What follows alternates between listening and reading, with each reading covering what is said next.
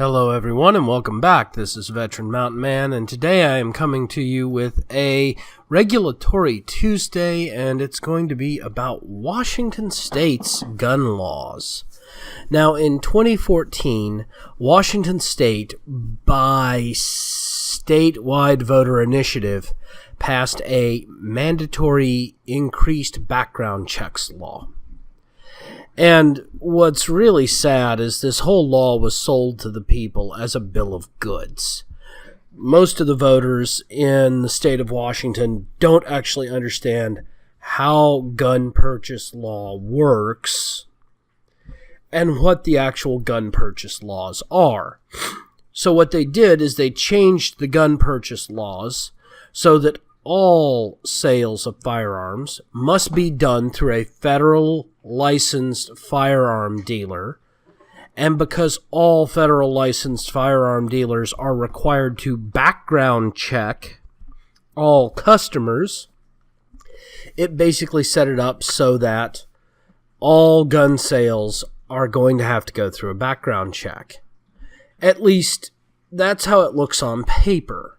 Now, there's some problems with this whole theory to begin with. Number one, federal firearms licensed dealers maintain the records of their sales for 7 years. The Bureau of Alcohol, Tobacco, Firearms, and Explosives do not. No state bureau keeps it either, because it's against the law. It violates the American Constitution. So, after 7 years, the gun goes off paper, and there's no way to find out who it was sold to. Period. End of story. There's no record. It just ceases to exist on paperwork, which is why it's nearly impossible to track guns in North America. Now, I'm not advocating for expansion of paperwork holding dates. I think that would be insane. But what I'm getting at is, because of that law, this law is basically bullshit. Excuse my language. But it can't be enforced. There is no way to feasibly enforce it. And technically, all gun transfers in this situation, not just sales, transfers, are supposed to be covered. This includes the Avalanche gun that the Ski Patrol in Washington State uses, because it's got a serial number. And so therefore they're going to have to do background checks to transfer the serial gun, the Avalanche gun, from Ski Patrol Group to Ski Patrol Group to stop avalanches.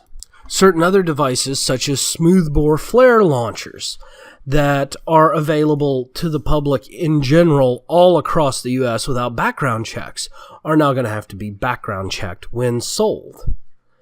It's kind of insane. And I just wanted to bring it up that this really is not smart gun law. And I'm going to include a reference down below, which is from smartgunlaws.org, who sponsored this law and this legal change, and have a big article on it on their website. And they just praise and praise and praise it. But what they don't really understand is it's not actually going to do anything about crime. Criminals don't care about the laws. It was already illegal to sell a gun to a criminal to begin with. Transfer, lend, it didn't matter.